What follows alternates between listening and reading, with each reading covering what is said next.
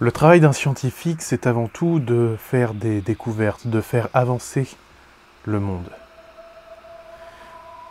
Le problème, quand on fait des recherches, c'est que toutes les recherches ne sont pas forcément bonnes à faire. Certaines peuvent se retrouver plus dangereuses que d'autres. Est-ce que vous êtes prêts pour une nouvelle histoire au coin du feu?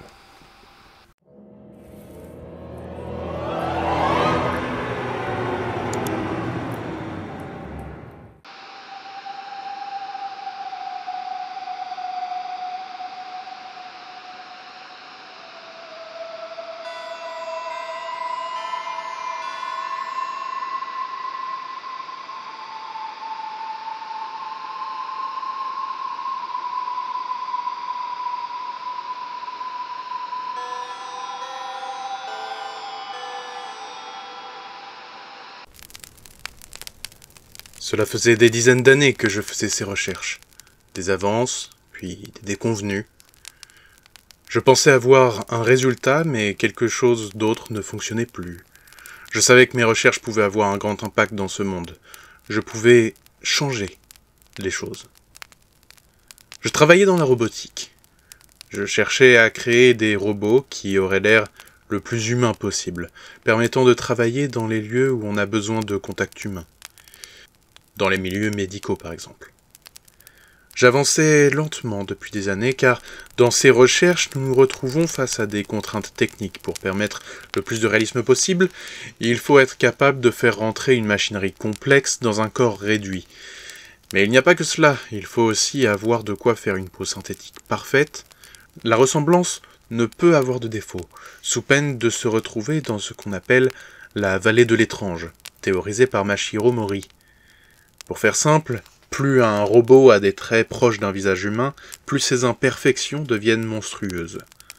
Pour éviter cela, il faut donc être capable de réaliser des prouesses. Travaillant seul sur mon projet, j'ai dû étudier la biologie, mais également la sculpture, le dessin, plusieurs arts que je ne maîtrisais aucunement. Mais ce projet était ma vie. C'était ce qui donnait du sens à tout. Ma vision du monde avait évolué. J'avais l'impression d'avoir passé plusieurs vies au milieu de ces câbles, de ces circuits. Je les connaissais d'un bout à l'autre. Je comprenais leur utilité en un seul regard. Après tout ce temps de développement, mon seul regret était de n'avoir jamais pris le temps de construire ma propre famille. Je n'avais pas de compagne, pas d'enfant, mais je touchais au but. Il serait mon legs à ce monde.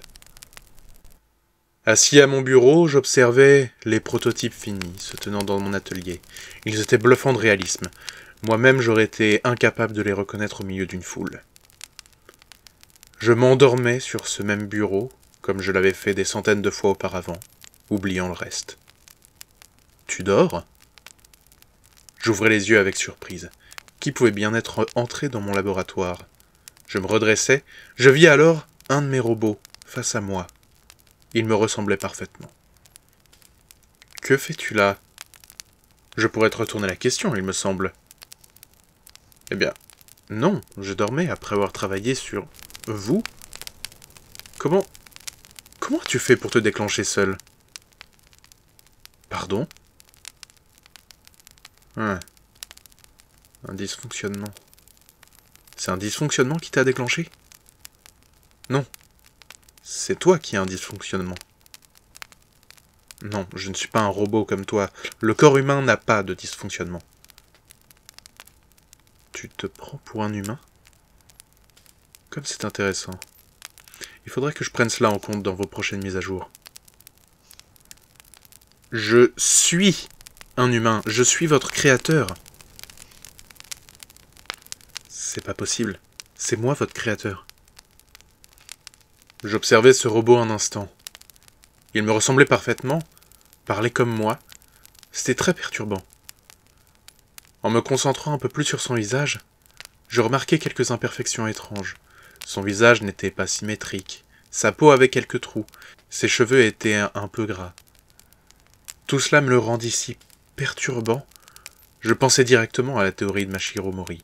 C'était bien la preuve que j'avais encore du travail sur mes robots. C'est alors qu'il tendit la main vers mon cou. Pris de panique, je me levai et le repoussai. « Ne me touche pas !» Je dois te désactiver pour vérifier que tu n'aies pas de problème. » Il voulait me tuer. J'attrapais le tournevis sur mon bureau et je ne réfléchissais pas. Je bondissais, lui plantant le tournevis dans la tête. Je me reculais lentement, reprenant mon souffle, terrifié. Je vis alors la flaque rouge autour de son crâne. Mon cœur se mit à battre de plus en plus fort. Une question se créa dans mon esprit. Je glissai ma main à l'arrière de mon cou. Je sentis alors, avec horreur, une petite excroissance. Le bouton pour me mettre en veille. Cela me paraissait impossible, inconcevable. J'étais un robot. Mais du coup, dans cette situation, on peut dire qu'il a trop bien fait son travail? Ou est-ce qu'il s'est raté sur toute la ligne? Son robot est très humain, mais est-ce qu'il ne l'est pas trop? Mais moi je me pose une autre question. À votre avis, est-ce qu'il a tué son créateur? Ou est-ce qu'il a tué un autre robot? En tout cas, j'espère que cette vidéo vous aura plu. N'hésitez pas à me dire en commentaire ce que vous en avez pensé. N'hésitez pas à me dire si vous connaissiez, par exemple, la théorie de la vallée de l'étrange, etc. N'hésitez pas à partager, à commenter, à me suivre sur les réseaux sociaux, à vous abonner. Et moi, je vous dis à très bientôt pour de nouvelles histoires au coin du feu.